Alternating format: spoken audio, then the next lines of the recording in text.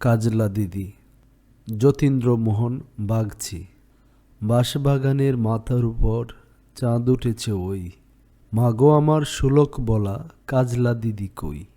পুকুর ধারে নেবুর তলে থুকায় থুকায় জোনাই জলে, ফুলের গন্ধে ঘুম আসে না একলা জেগে রই।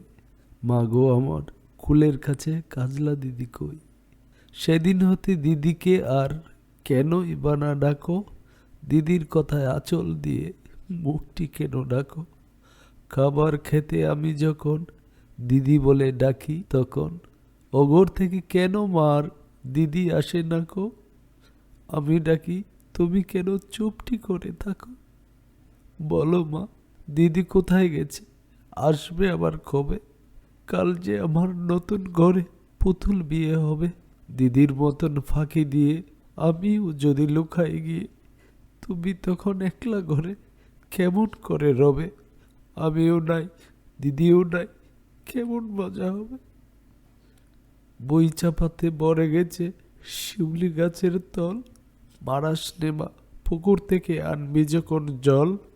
ডালেম গাছের ডালের ফাঁকে বুলবুলিটি লুকিয়ে থাকে, দিস না তারে উড়িয়ে মাগো ছিঁড়তে গিয়ে ফল। দিদি এসে শুনবে যখন বলবে কি বা বল।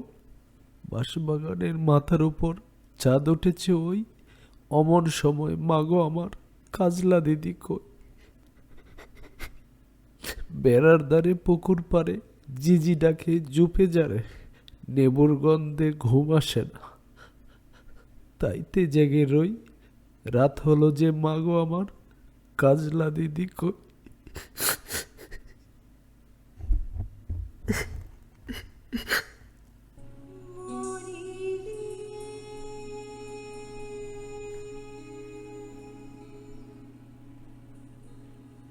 কৃষ্ণ